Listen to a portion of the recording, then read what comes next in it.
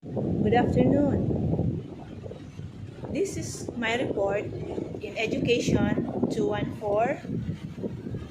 So by the way, I am Mrs. Lilibet J. Clavicilia, and my topic is Republic Act number 10533 or 10533, or known as the Enhanced Basic Education Act of 2013. Section 1. This act This act shall be known as the Enhanced Basic Education Act of 2013. Section 2. Declaration of Policy. The state shall establish, maintain, and support a complete, adequate, and integrated system of education relevant to the needs of the people, the country, and the society at large. The states shall create a functional basic education system that will develop productive and responsible citizens equipped with essential competencies, skills, and values for both lifelong learning and employment. In order to achieve this, the state shall A. Give every student an opportunity to receive quality education that is globally competitive based on a pedagogically sound curriculum that is at par with international standards. Letter B. Broaden the goals of high school education for college preparation, vocational and technical career opportunities, as well as creative arts, sports, and entrepreneurial employment in a rapidly changing and increasingly globalized environment. And C. Make education learner-oriented and responsive to the needs, cognitive and cultural capacity, circumstances, and diversity of learners, schools, and communities through the appropriate languages of teaching and learning, including mother tongue as a learning resource. Section 3. Basic education is intended to meet basic learning needs, which provides the foundation on which subsequent learning can be based. It encompasses kindergarten, elementary, and secondary education as alternative learning systems, as well as alternative learning systems for out-of-school learners and those with special needs. Section 4. Enhanced Basic Education Program. The Enhanced Basic Education Program encompasses at least 1 year kindergarten education, 6 years of elementary education, and 6 years of secondary education in that sequence. Secondary education includes 4 years of junior high school and 2 years of senior high school education. Kindergarten education shall mean 1 year of preparatory education for children at least 5 years old as a prerequisite for grade 1. Elementary education refers to the second stage of compulsory education, basic education, which is composed of 6 years. The entrance age to this level is typically 6 years old. Secondary education refers to the third stage of compulsory basic education. It consists of 4 years of junior high school education and 2 years of senior high school education. The entrance age to the junior high school and the senior high school levels are typically 12 and 16 years old, respectively. For kindergarten and the first 3 years of elementary education, instruction, teaching materials, and assessment shall be in the regional or native language of the learners. The Department of Education shall formulate a mother language transition program from grade 4 to grade 6 so that Filipino and English shall be gradually introduced as languages of instruction until such time when these two languages can become the primary languages of instruction at the secondary level. For purposes of this act, mother language or first language refers to the language or languages first learned by a child which he or she identifies with, is identified as a native language user of by others, which he or she knows best or uses most. This includes Filipino Sign Language used by individuals with pertinent disabilities.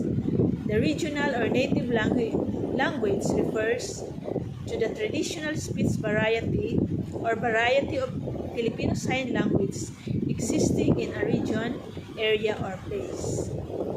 To achieve an effective enhanced basic education curriculum, the DepEd shall undertake consultations with other national government agencies and other stakeholders, including but not limited to the Department of Labor and Employment or the DOLE, the Professional Regulation Commission, PRC, and the private and public schools associations, the national student organizations, the national teacher organizations, the parents, teachers associations, and the chambers of commerce on matters affecting the concerned stakeholders.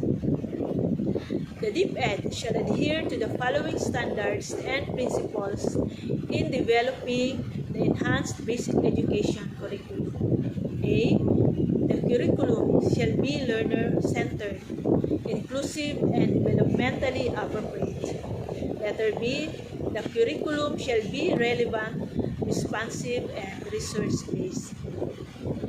Letter C. The curriculum shall be culture-sensitive.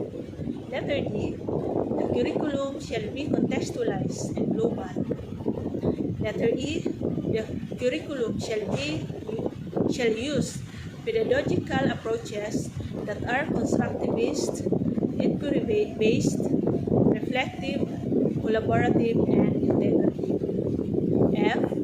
The curriculum shall adhere to the principles and framework of mother tongue-based multilingual education or the MTB-MLE, which starts from where the learners are and from what they already knew, proceeding from the known to the unknown.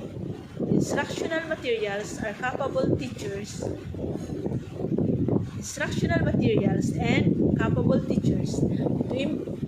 implement the MTB-MLE curriculum shall be available. Letter G. The curriculum shall use the spiral progression approach to ensure mastery of knowledge and skills after each level.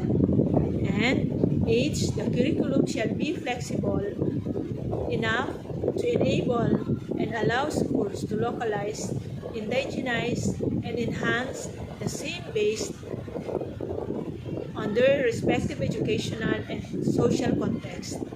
The production and development of locally produced teaching materials shall be encouraged, and approval of these materials shall devolve to the regional and division education units. Section 6. Curriculum Consultative Committee. There shall be created a Curriculum Consultative Committee chaired by the DepEd Secretary or his or her duly authorized representative, and with members composed of but not limited to a representative from the CHED, the TESDA, the DOLE, the PRC, the DOST or the Department of Science and Technology, and the representative from the business chambers, such as the Information Technology, Business Process Outsourcing or the ITBPO Industry Association. The Consultative Committee shall oversee the review and evaluation on the implementation of the basic education curriculum and may recommend to the DepEd the formulation of necessary refinements in the curriculum. Section 7. teacher education and training to ensure that the enhanced basic education program meets the demand for quality teachers and school leaders. The DepEd and the CHED, in collaboration with relevant partners in government, academe, industry, and non-governmental organizations, shall conduct teacher education and training programs as specified. A. In-service training on content and pedagogy. Current DepEd teachers shall be retrained to meet the content and performance standards of the new K-12 curriculum. The DepEd shall ensure that private education institutions shall be given the opportunity to avail of such training. Letter B. Training of new teachers. New graduates of the current teacher education curriculum shall undergo additional training upon hiring to upgrade their skills to the content standards of the new curriculum. Furthermore, the CHED, in coordination with the DepEd and relevant stakeholders, shall ensure that the teacher education curriculum offered in these teacher education institutes or the TEIs will meet necessary quality standards for new teachers. Duly recognized organizations acting as TEIs in coordination with the DepEd, the CHED, and other relevant stakeholders shall ensure that the curriculum of these organizations meet the necessary quality standards for trained teachers. Letter C. Training of school leadership.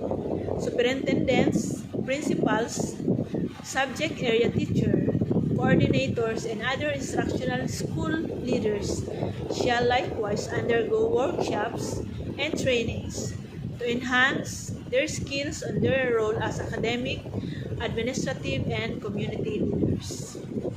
Section 8.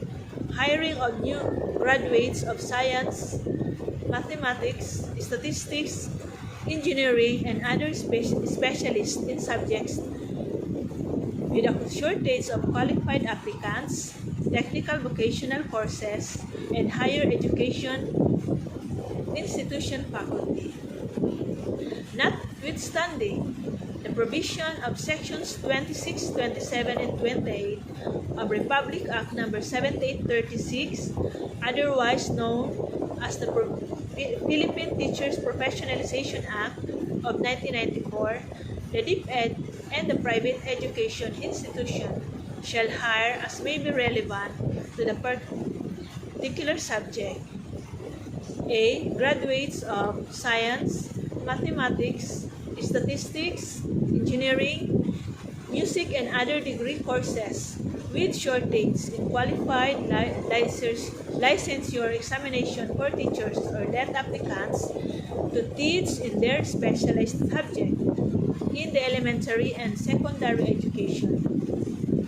Qualified let applicants shall also include graduates admitted by foundations duly recognized for their expertise in the education sector and who satisfactorily complete the requirements set by these organizations, provided that they pass the let within 5 years after their date of hiring.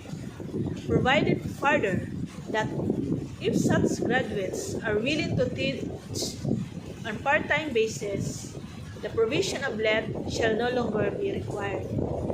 Letter B. Graduates of technical vocational courses to teach in their specialized subject in the secondary education, provided that these graduates possess the necessary certification issued by the TESDA, provided further that they undergo appropriate in-service training to be administered by the CHED or higher education institutions at the expense of the CHED or the DepEd. Letter C. Faculty of HEIs be allowed to teach in their general education or subject specialties in the secondary education, provided that the faculty must be a holder of a relevant bachelor's degree and must have satisfactorily served as a full-time HEI faculty. Letter D. The DepEd and private education institution may hire practitioners with expertise in the specialized learning areas offered by the basic education curriculum to teach in the secondary level, provided that they teach on part-time basis only. For this purpose, the DepEd, in coordination with appropriate government agencies, shall determine the necessary qualification standards in hiring these experts. Section 9. Career Guidance and Counseling Advocacy. To properly guide the students in choosing the career tracks that they intend to pursue, the DepEd, in coordination with the DOLE, the TESDA, and the CHED, shall regularly conduct career advocacy activities for secondary level students. Notwithstanding the provisions of Section 27 of Republic Act No. 9258, otherwise known as the Guidance and Counseling Act of 2004, career and employment guidance counselors who are not registered and licensed guidance counselors shall be allowed to conduct career advocacy activities to secondary level students to the school where they are currently employed, provided that they undergo a training program to be developed or accredited by the DepEd. Section 10. Expansion of e-GATSPE beneficiaries. The benefits accorded by the Republic Act No. 8545 or the expanded government assistance to students and teachers in Private Education Act shall be extended to qualified students enrolled under the Enhanced Basic Education Program. The DepEd shall engage the services of private education institutions and non-DepEd schools offering senior high school through the programs under Republic Act No. 8545 and other financial arrangements formulated by the DepEd and the Department of Budget and Management or the DBM based on the principles of public-private partnership. Section 11. Appropriations. The Secretary of Education shall include in the department's program the operationalization of the Enhanced Basic Education Program, the initial funding of which shall be charged against the current appropriation of the DepEd. Thereafter, the amount necessary for the continued implementation of the Enhanced Basic Education Program shall be included in the Annual General Appropriations Act. Section 12. Transitionary Provisions. The DepEd, the CHED, and the TESDA shall formulate the appropriate strategies and mechanisms needed to ensure smooth transition from the existing 10 years basic education cycle to the Enhanced Basic Education Program or the K-12 cycle. The strategies may cover changes in physical infrastructure, manpower, organizational and structural concern, bridging models, linking grade 10 competencies and the entry requirements of the new tertiary curricula, and partnership between the government and other entities. Modeling for senior high school may be implemented in selected schools to simulate the transition process and provide concrete data for the transition plan. Section 13. Joint Congressional Oversight Committee on the Enhanced Basic Joint Congressional Oversight Committee on the Enhanced Basic Education Program or the K-12 program. There is hereby created a joint oversight committee to oversee, monitor, and evaluate the implementation of this act. The oversight committee shall be composed of 5 members, each from the Senate and from the House of Representatives, including the chairs of the Committees on Education, Arts and Culture, and Finance of both houses. The membership of the committee for every house shall have at least 2 opposition or minority members. Section 14, mandatory evaluation and review. By the end of school year 2014-2015, the DepEd shall conduct a mandatory review and submit a midterm report to Congress as to the status of implementation of the K-12 programs in terms of closing the following current shortages: A. Teachers, B. Classrooms, C. Textbooks, D. Seats, E. Toilets, and F. Other shortages that should be addressed. The DepEd shall include, among others, in this midterm report, the following key metrics of access to and quality of basic education: A. Participation rate, B. Retention rate, C. National Achievement Test results, D. Completion rates, E. Teachers' welfare and training profiles, F. Adequacy of funding requirements, and G. Other learning facilities, including but not limited to computer and science laboratories, libraries, and library hubs, and sports, music, and arts. Section 15, commitment to international benchmarks. The DepEd shall endeavor to increase the per capita spending on education towards the immediate attainment of international benchmarks. Section 16, implementing rules and regulations, or the IRR.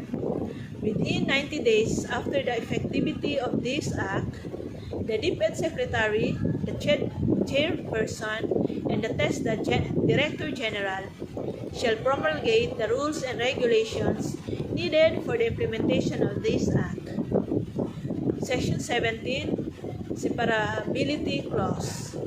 If any provision of this act is held invalid or unconstitutional, the same shall not affect the validity and effectivity of the other provision thereof. Section 18, Repealing Clause. Pertinent provisions of Batas Pambansa Bilang 232 or the Education Act of 1982, Republic Act 9155, or the Governance of Basic Education. Section 19, Effectivity Clause. This act shall take effect 15 days after its publication in the Official Gazette or in 2 newspapers of general circulation. Thank you.